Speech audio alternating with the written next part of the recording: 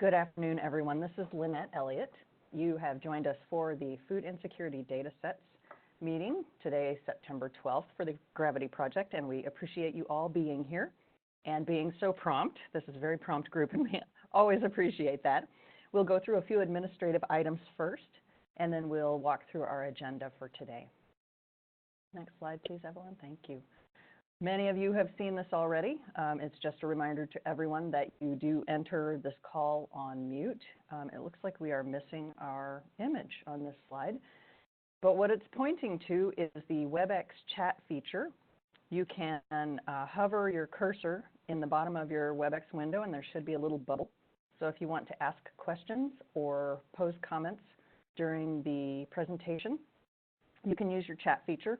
And please send it to everyone, so that we can all see it. We've had some great back and forth in some of these meetings in the past few weeks where many of our attendees can help address questions and comments that others post. And we love that community spirit, so please keep it up. If you have any technical difficulties during the call, you can email me. I am Lynette.Elliott, 2 L's and 2 T's, at emiadvisors.net. Next slide, please. If you have not done so already, please do join the project. This is the list that we use to keep in contact with all of you who are interested in participating. And you can do so on our Confluence Gravity space. And for other information, you can also visit that same Gravity page. And we will post this presentation following this meeting on our Confluence as well. Next slide, please. We will go through some announcements today. And then Linda Hyde will review the data element submission summary with you all and give you a sense of what we have received as far as food insecurity data element submissions. And then Sarah will lead you through a discussion on updates to interventions, and then some discussion around secondary diagnoses. And then we'll go through next steps. Next slide, please. We would like to share with you that the 33rd Annual HL7 Plenary and Working Session is being held on September 17th. That's Tuesday next week. And we will be presenting Gravity at the Birds of a Feather session at 5:15. And that is at the Atlanta Marriott Marquis Hotel in Atlanta, Georgia. And you can go to the HL7 site to register for the workgroup meeting, or we have a link as well to the full brochure and schedule. Lynette, this is Evelyn. Just to clarify, the plenary meeting started this week, so it's all next week. We just have one session, so we just want to let you know it's the Gravity Birds of a Feather session. It's not on the online brochure, but if you do attend in person, we have a scheduled overview at 5:15. We will also be announced at the plenary, at the morning session on Tuesday. Thanks, Evelyn. Sorry about that. No problem. Did you want to address the updated schedule? We have some changes to our upcoming schedule. Sure. Thank you, Lynette. So good afternoon, everyone. This is Evelyn. Thank you again for joining us. So I'll start by just prefacing that since we've initiated this project, we've had to do several adjustments, and we were always clear that our schedule needed to remain flexible because this is a public initiative. We have over 715 individuals that have joined at least one of our projects. We have close to 500 individuals that have formally signed up, either as a committed or other interested party, meaning that we have a lot of interest and a lot of feedback, and we also need to incorporate a variety of stakeholder feedback and feedback to the project. So again, we welcome them. This was our objective from the beginning, to be able to ensure that we could have a breadth of review and contribution to this work. So meaning that we've had to keep our schedule flexible and agile. So what we're presenting here is, given that we are close, we've ended our period of asking our participants to submit their food insecurity data sets, we had to readjust given where we are right now, as well as our adjudication process. So what we've done is adjusted our schedule again for this year. We have learned, so before going to these our week by week, we've learned that we really need to be meet everyone where they're at in terms of their schedule, their awareness. We're again working in an area that is new to many, and there's a lot of fabulous questions and dialogue that have occurred through these discussions. So what we've decided is to spend more time with our community, working through these data submissions, this master list, so extending our end-to-end review period for the food insecurity data sets, meaning that we won't go through, initially we thought we could get this done within a 6 to 8 week period. That is not realistic. We want to make sure, again, that you all have time to understand what has been put together and can review it with our subject matter experts. So this new schedule takes us in for September through November.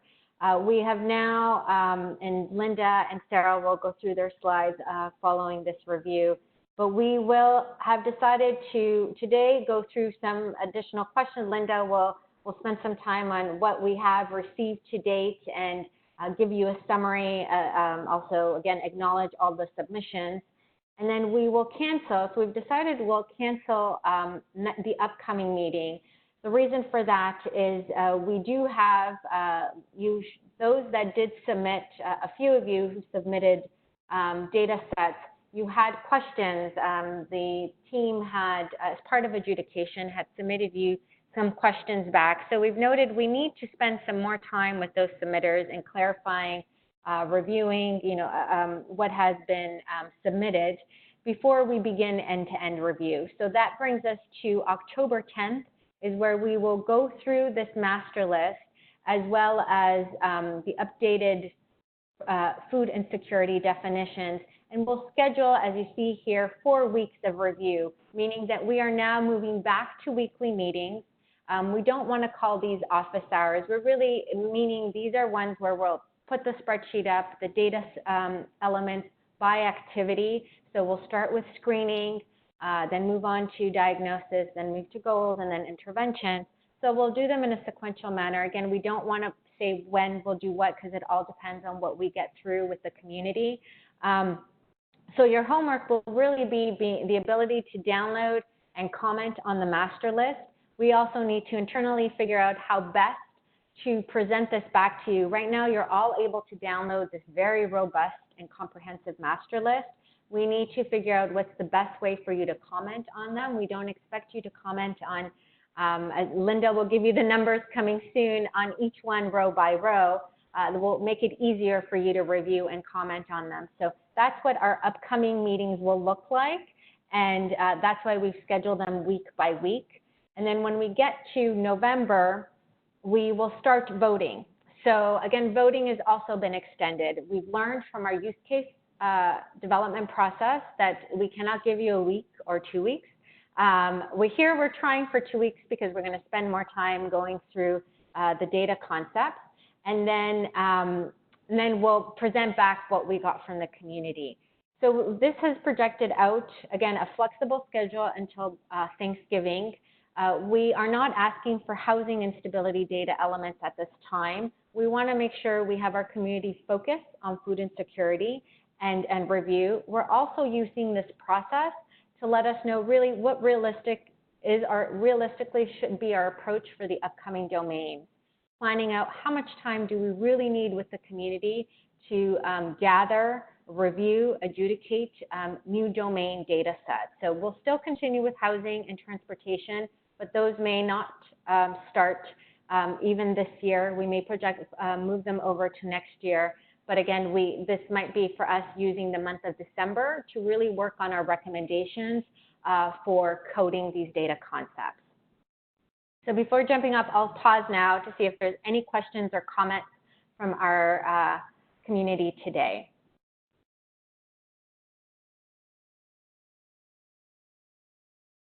Okay, well, if there's no questions, I appreciate your time. At this point, I realize I'm going to hand it over to Linda, but Linda, if you can just bear with me, their presentation somehow has lost all its, let me just stop sharing.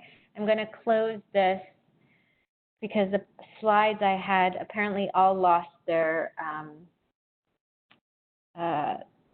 they lost, I can't bring up the images, so the tables are not visible. So Linda, you cannot present your tables unless I get this up.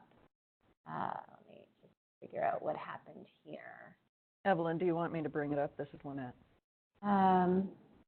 Lynette, if you have it handy, then I'm going to hand you present. I do. Presenter, I will. So. I will defer to all of you to watch the chat for us. Yes. No. I'm watching the chat. Yes, please. Thank you. Okay. Let me.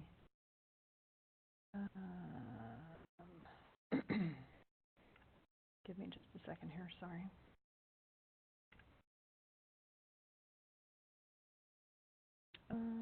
Okay. I guess I need to take the ball back from you.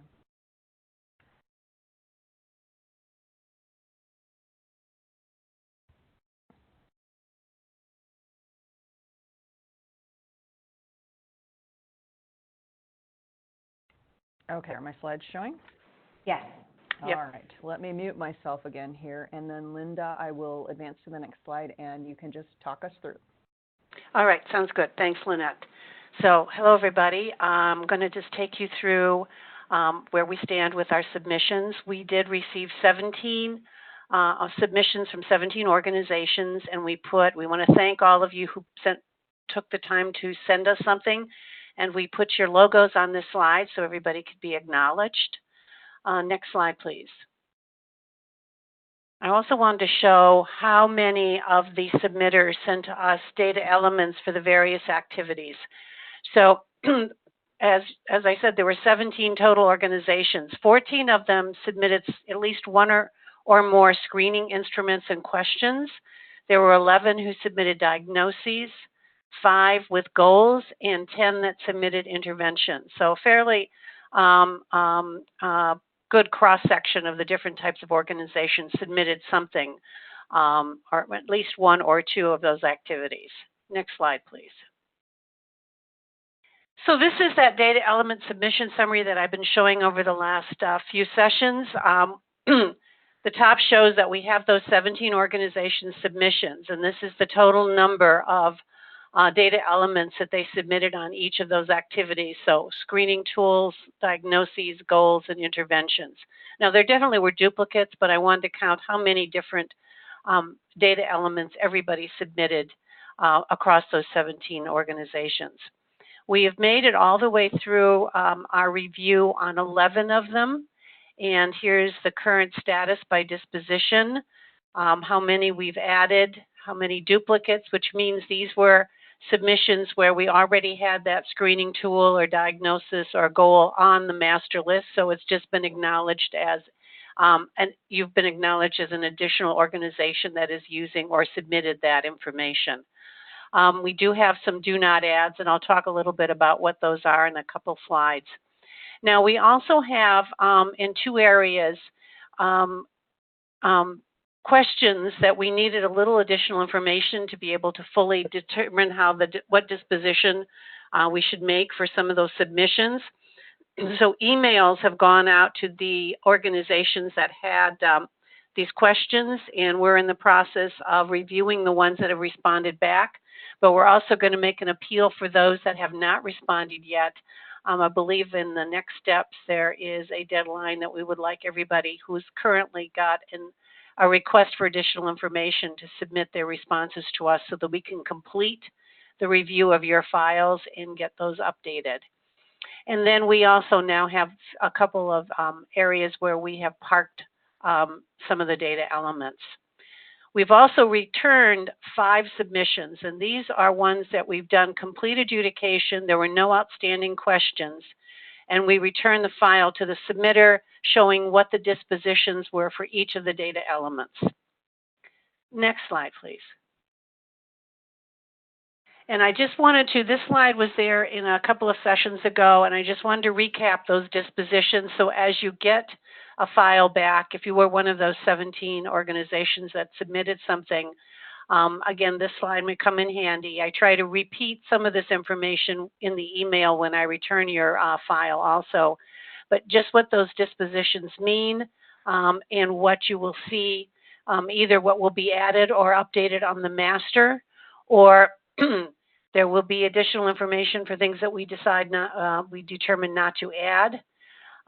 Park is one where it's a do not add for food insecurity, but it's being parked for review when we get to one of the other gravity projects, housing or transportation in the future. And the on-hold ones, you won't see those in the fully adjudicated files because we've already received your answers if we sent you questions, and we were able to assign one of these other top 4 dispositions. Next slide. Excuse me. I wanted to give you some examples for those dispositions. In terms of the ones that were either added to or identified as being duplicates on the master, the most frequent submissions by activity for screening, the Hunger Vital Sign, Prepare, and the AHC were the 3 most commonly submitting screening instruments. There were some others that were, a little farther down the list, but these were the most common ones. On the diagnosis side, insufficient food supply was the most common diagnosis that was submitted. For goals, not surprising, food security was the most common one there. And for interventions, this is a much broader area, there were a couple of top contenders here, at least at this point in time. Those numbers will change once we fully complete all of the reviews for all of the files and have done the final update to the master, but I wanted to show you based on the 11 that we reviewed at this point in time where we stood. So education for Meals on Wheels, medically tailored meals, nutrition counseling, referral to community meal program were the ones that had the most organizations that had included them in their submission. For Park, there were a couple data elements, as you saw on that previous slide, that were parked, and those were for the housing. We didn't receive anything for transportation, but we had occasionally ones that crossed over that more appropriately would belong in the housing screening.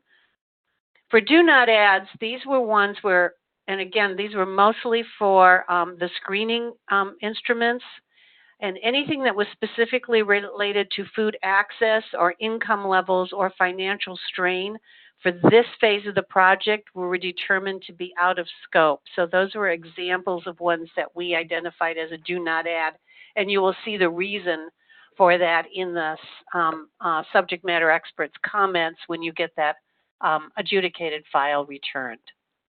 Next slide, please. I'm sorry, hopefully this is something you can read. I was trying to make it as big as I could. I wanted to just take a minute for each of the 4 activities. When we return your adjudicated file, there will be a column at the end of the Excel file in each of these activity tabs that will have called Master Reference.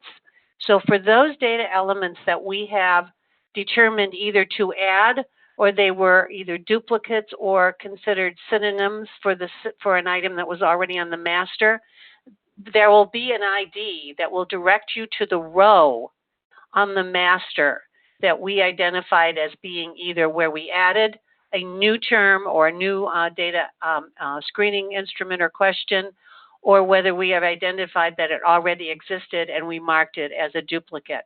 And you will see here in this column the number of organizations will identify how many of those submitting organizations had included it. So you want to be able to go through and look up those ID numbers and match them with your adjudicated file. Next slide, please. This is an example of the same files, the diagnosis and the goals. And you'll notice the ID number for each of these tabs. We have S for screening, D for diagnoses, and G for goals.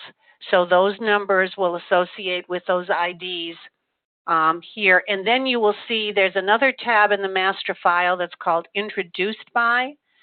So in that tab, there will be one of these ID numbers and the name and organization of the submitter that should match each of these organizations. So here, if we went into goals under G1, we should see 4 organizations listed in that Introduced By tab. So this should just help it make it easier for you as you're reviewing those files to see not only for the people who submitted, matching up how we adjudicated their file, but for anybody who's looking at it, you can go in and see which organization submitted which data elements. And then the next slide, please. This is the intervention one. And again, here, the ID is going to be I for intervention. And again, there will be the sequence number that will match up with that Introduced By tab in the master file. And next slide, please. I'm sorry, is that, are you saying that's the code identifier? Or the ID column is just a sequential number that links this row with the Introduced By column that identifies which organizations included it in their submission. And it's also the way we can, on your adjudicated Excel file, when we send it back to you, that's the number you need to go to the master to see, to just verify how we mapped your submission. All right, thanks. Okay? And we'll go through this, as Evelyn said, when we do those weekly reviews in October, we'll go through this in much more detail too, so that everybody is looking, when we want you to come back, provide feedback or comments, you know exactly what you're looking at in the master, and then how you need to provide your feedback once we give you the methodology for that. Next slide, please. This is just a reminder that tomorrow we will submit the current master out there for you to download and review.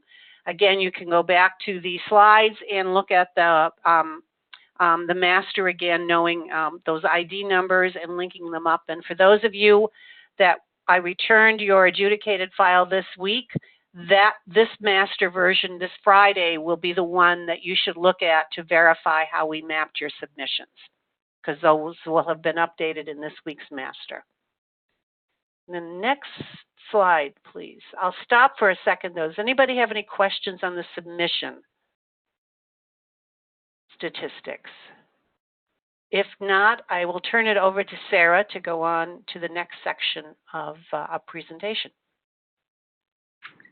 Thank you. So this is Sarah DeSilvi. We have been talking about some of the structures we've had to build to craft our intervention set of this data for some time. We've reviewed kind of a structure and had a straw poll regarding that a little bit ago. We've discussed roles, we've discussed programs. So I'm going to give again a very brief recap, which is just a page, and then give a presentation basically about how we responded to some of the questions in the straw poll so that everyone can be aware, because those straw poll comments and emails and phone calls all happened via email personally with the person who had the question. So we just wanted to make sure that everyone was aware so we would all be on the same page. So just to start from the beginning again, so just to remind folks, there's a structure and pattern of terminology that undergirds standard interventions within the clinical space. It's like a terminology for medications, we use CPT for immunizations, we use MPI numbers for referral to providers, et cetera. A few of the interventions to address social determinants will fit into those existing terminologies. So we undertook building a framework of how to care for social needs and building that within SNOMED CT in order to have consistency across the settings. And again, our attempt really tried to account in every instance for the many settings and roles in clinics and communities, because these interventions might happen in a clinical space, they might happen at the Department of Health, they might happen in a community-based organization. We've tried at all times to respect that as we have considered how to build these concepts.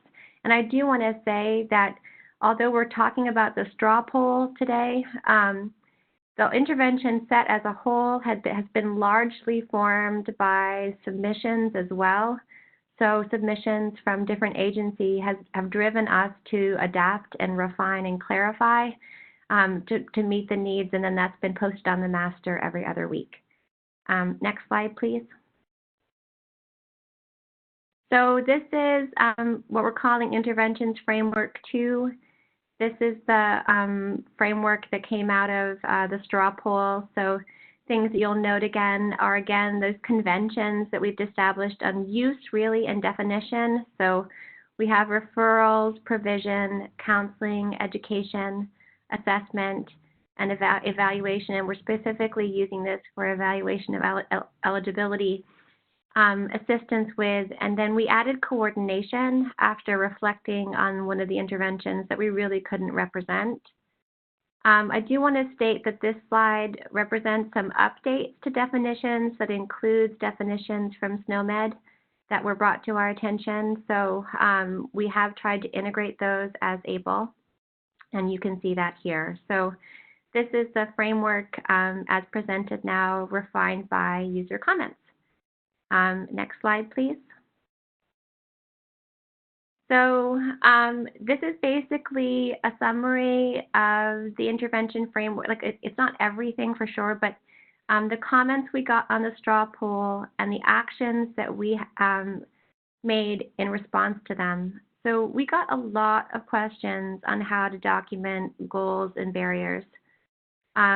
And so our responses to the people who submitted them were to point to the role of education in goal assessment and the ability to use any member of the care team as the person that education is being delivered to. This includes a family member, a patient, a caseworker. So if you're educating on nutrition skills, it's not necessarily the patient who's receiving that education. It might be the person who takes care of that patient. We also expanded our assessment concepts to include assessment of patient goals, assessment of barriers, and assessment of progress towards goals. And then, as we mentioned, we do have the coordination data there, so coordination of the care plan and coordination of the care team. We also got questions on how to differentiate counseling and education activities. Someone very wisely said, like, how will I know to use these codes as differentiated from education codes? How will I know to use a counseling code? Our initial approach included both a counseling code and an education code for all key programs. So you can imagine there would be a counseling on SNAP, and there were a SNAP counseling and then a SNAP education code. So each of those, that program would have each of those codes. So we were asked to reflect about the difference between counseling and education, and we proposed, and I mentioned this at the last meeting, that maybe we could solve this problem by building terminology that really discussed what the counseling is addressing when you're counseling on SNAP, which is really assessing counseling for barriers to engagement and counseling for barriers to goals. For instance, if I'm counseling someone on SNAP, as I mentioned in the last presentation, I might be assessing their resistance to receive federal benefits, tying it to the disease process, the diseases that I manage for them, fostering engagement to accept SNAP, and then proceeding from there. So this was our attempt to differentiate counsel and education. And then I'm going to say very clearly, this also ties into the question on the top about questions on how to assess goals and barriers. So it was kind of a combined package. And then we also had questions on how to represent engagement that came to us by email and by the straw poll. So we basically are proposing that counseling for readiness would be a way to document that you're initiating engagement in the plan. And this would then correlate and pair with counseling for barriers to engagement as well. Next slide. And this is, again, a roles recap. In our past presentations, we discussed roles. We've talked about the taxonomy of roles in the healthcare setting and what is outside of scope for this work of the Gravity Project. So one of the things that we realized is that, again, because addressing social needs in clinical spaces is something that hasn't necessarily been considered as in-depth as it is right now for the Gravity work, We don't have codes for every single program and every single role that we might utilize in our work. For example, within the healthcare taxonomy set, the family nurse practitioner has a role. We will not have a specific code for food banks or medically tailored meals purveyor. However, and we feel like it's not within scope to actually drive to build those programs and those roles within the taxonomy. That's separate work. However, we are committed, and I'm going to restate this, to building the language to refer to these roles and utilize these roles. You'll see this on the master list. You can say refer to medically tailored meals. You can say refer to community to care navigator. You can you can say all kinds of things that are on that master list. And so we've tried to consider these roles as much as possible. Again, this work has been largely informed by the submitters, and so roles and programs are added when they're appropriate. And we're really grateful for help in that aim. And again, we're shared to committing terminology that represents community settings robustly, even though we might not have the specific codes within a taxonomy to do so. Next slide, please. Oh, we were missing a graphic here. I don't know where that went. We wanted to give an update on secondary diagnoses. We brought this up, I think it was 2 meetings ago, about whether or not we were going to include what we determined as secondary diagnoses within this data. So far what we've been doing when we've had submissions is basically categorized diagnoses as primary or secondary. Primary represents any diagnoses that the sole focus is on food insecurity. So you have a binary response basically, where you're either going to come up with someone is either food insecure or at risk for food insecurity or food secure. Secondary diagnoses are concepts that were largely submitted from the Academy of Nutrition and Dietetics nutrition care process terminology. However, that set is only a partial set of the secondary diagnoses that we know from the literature. And just respecting time and bandwidth, we're proposing that we build secondary diagnoses into further work in further phases of the project and really drill down on a tight data set that can drive a value set that's specific to the concern of the primary focus. And we look forward to getting your feedback. We can include that in the chat. Next slide, please. Oh, there you go. It was, it was on an animation. I'm sorry, Sarah. I didn't realize it was animated. No, there it is. Look how tidy. I said it anyway. Okay, so carry on. All right, so questions? That was a lot. Just let us know if we can help at all.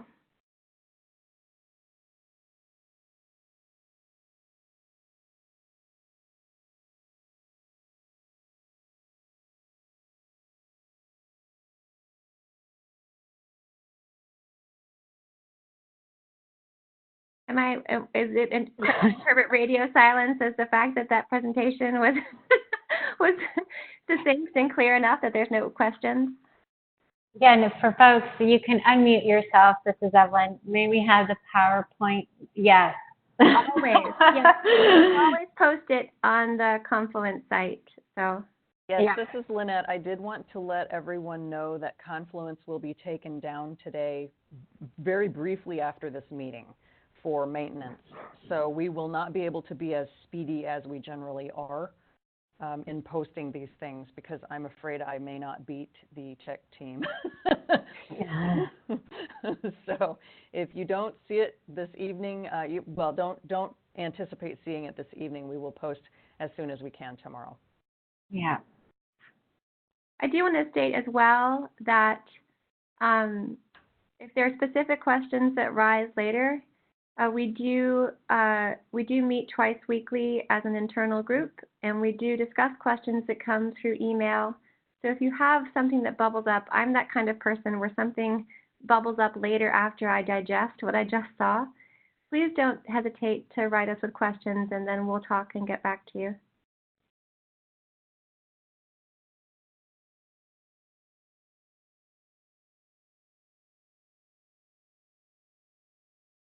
I believe, Lynette, I think that was the end of the presentation Yes. for this week, correct? I believe it was, yes. It is. Yeah. So can I ask a question of the group Oh, again? certainly. I keep on doing this. This is the end. It's now, I think you can expect that it's the end of my segment. I want to ensure that the folks who are on the call are accessing the master list when it's posted, because we do not all need to submit, but I do want to make sure that everyone who is participating can see the data, that the recommendations that we're making as they kind of bloom in this master set. It is posted again at the end after these calls. So just making sure that if anybody has any concerns with reviewing that growing, lovely live document, that you can find it and to see it and download it and look at it.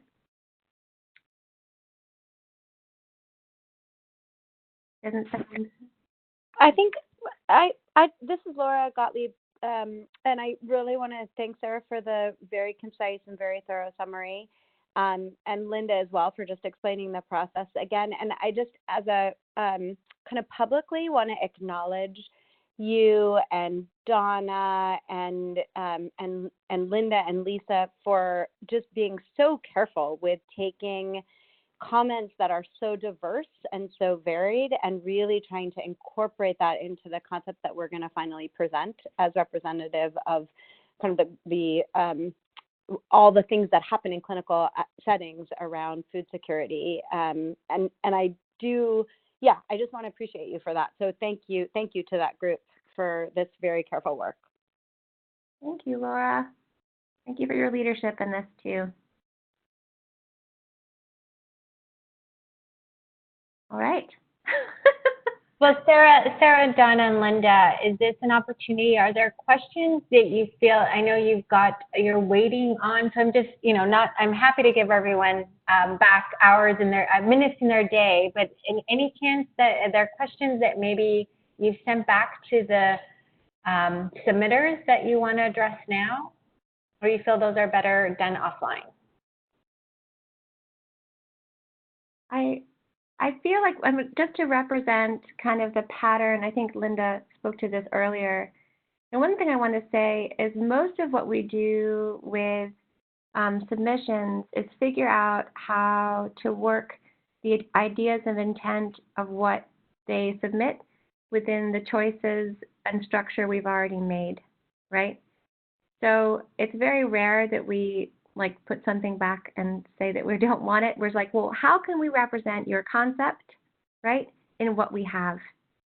So for those who are not submitting and are not part of that process, I really want to make sure that you understand that those are the kinds of questions we go back and forth with. And so sometimes that takes a little bit, because sometimes we think that we can represent it this way, right? And then they get back to us and they're like, actually, no, it's still not exactly the thing. So that's when we add additional content.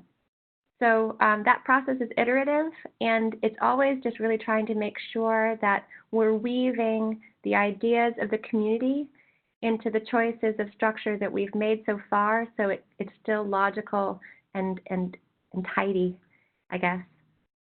Just so you can know, because I think if you're not submitting and not involved in that back and forth, it might be a bit of a mystery of how that's all happening. But Linda did an amazing summary. Oh, Caroline, thanks, Sarah. Caroline's asking a question. Can you give an example of the kinds of submissions that were deemed not in scope and therefore not included? Donna, do you want to take this, or do you want me to?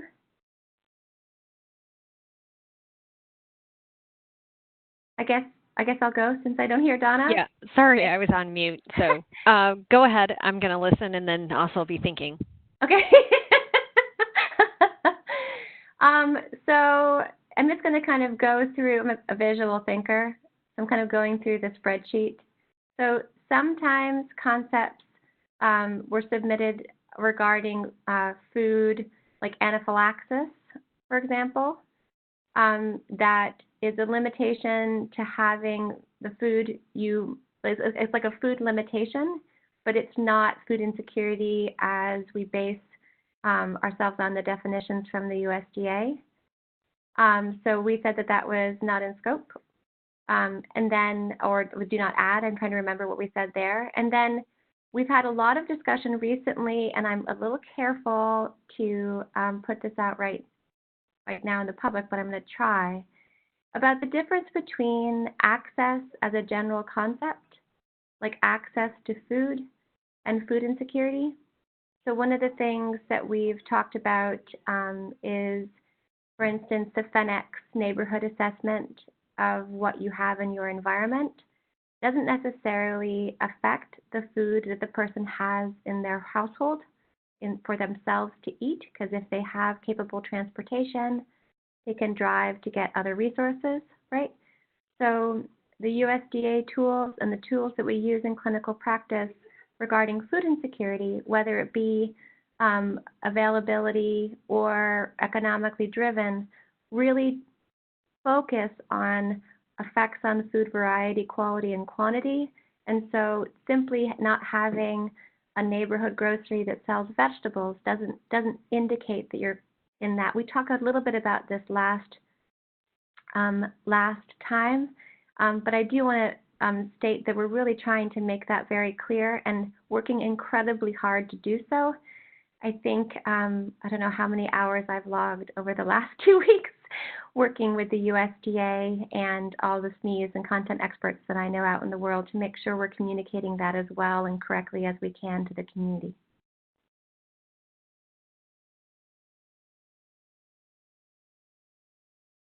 Thank you, Sarah. Jane, I'm sorry, Donna, anything else to add before we got another question from Jane? Yeah, I think overall what I was going to mention is some of the stuff that we received that maybe is in the more information or do not add category. Some of it, it's a little unclear when we receive it, relates to the causes, other causes of food insecurity. And I see also the culture of food question that Jane has posed. And so that's been a difficult area to try to figure out exactly how far we represent that. I think that in terms of interventions, these are easier to represent, but in terms of some of the other aspects of those, that's been trickier to try to stay to our commitment of staying on food insecurity strictly as we can.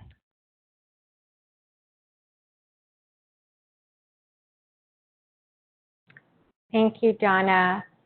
So just want to make sure, so acknowledging Jane's question, anything else to add? Or Sarah, Jane is asking, have the submissions included a culture of food lens, particularly to capture the meaning of food, nutrition, in connection to health or illness? And Donna's given an answer. Just want to make sure, anything else you want to add?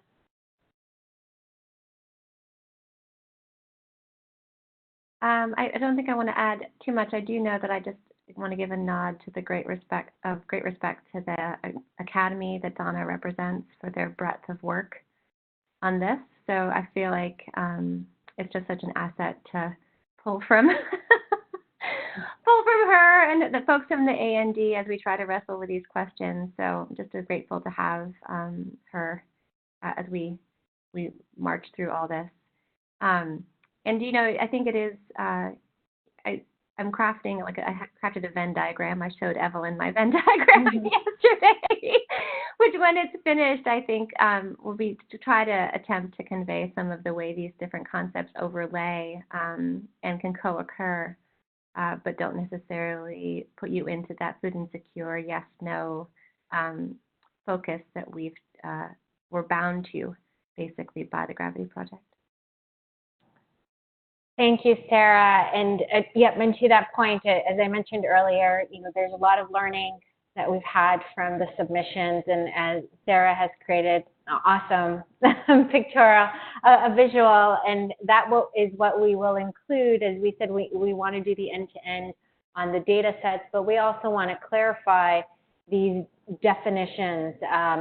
So this work can really be used, you know, it's something that would allow to make sure that we're not we're all on the same page on what we mean by these concepts, but really thinking of a solid framework to advance the work across clinical and community-based organizations. So, again, I echo Laura's earlier comments about the fantastic work put in by Sarah and Donna and their subject matter expertise, as well as Linda taking the time, and Lisa, who's at HL7 this week. Lots of incredible work that happens behind the scenes, and we want to be able to present that back when we go through end-to-end review. Okay, I know we've got 14 minutes left, but any other questions from the community? And before I hand back to Lynette to go through next steps. Oh, we've got a question. Okay. From Matt Bishop, thank you. I'll read it out loud. One motivation for population health efforts is that the data quality can sometimes be higher than patient-level data. Should we be thinking about food insecurity data for the population health? Example, something might be collected by national census or surveys. Maybe this is something that other Gravity members were already considering. So I can try to answer, I guess. So the USDA tool that grounds the work and the USDA definitions that ground the work of the Gravity Project are all, I don't want to speak, I don't want to misunderstand your question, but they all are part of the current population survey that's administered in December. So they are included in the population health assessment, and that's actually their origination. So the validation of them for individual use has happened over the last decade or so, like individual as in not household. So when we tend to talk about population studies, we still use the same tools. We just aggregate them as we do with other concepts such as like PHQ-9 or depression, diagnoses, etc. But I do want to say carefully that food security as a community, we do discuss that differently. So community food security regarding population food security is a different thing.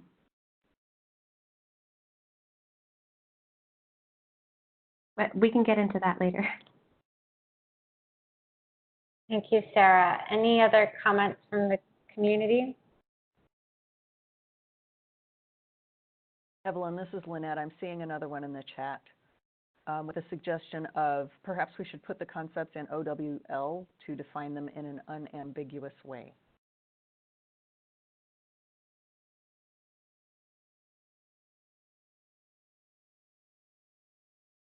I'm not familiar with OWL, but Sarah and Donna, is that are assuming from the researcher perspective, or something for us? Maybe Cecile, if you wanted to explain more. Sure, it's a logic language that terminologies are normally built in. So SNOMED is built in that to be able to disambiguate the concepts from each other and give clear definitions. So it's a logic language. So there are a number of us that are familiar with that could help with that.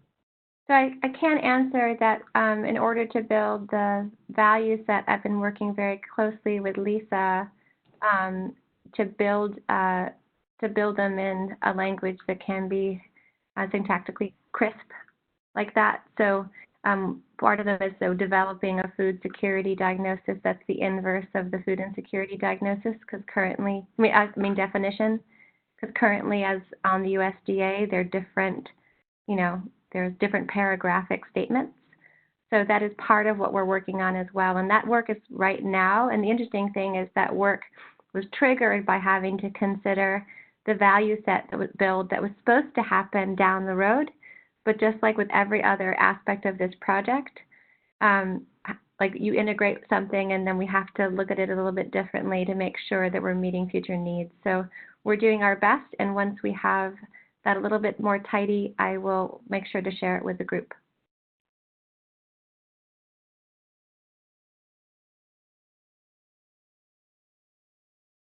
Thank you, Sarah. Okay, if there aren't any other questions, I'll hand it over to Lynette to just quickly recap our next steps, and we can adjourn earlier.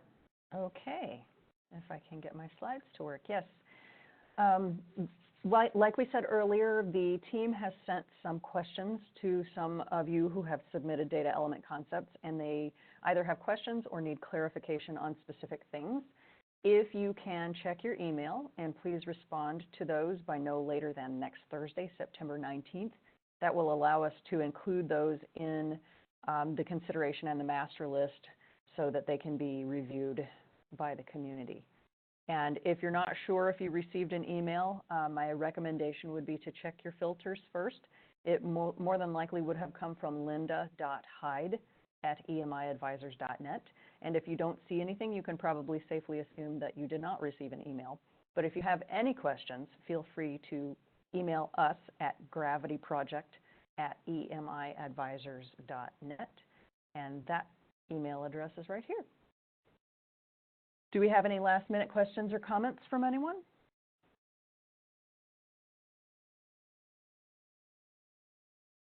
Okay, 5-second rule. We appreciate you all. Thank you so much for supporting this work and being so engaged. We will look forward to seeing you all virtually on October 10th. Have a good afternoon.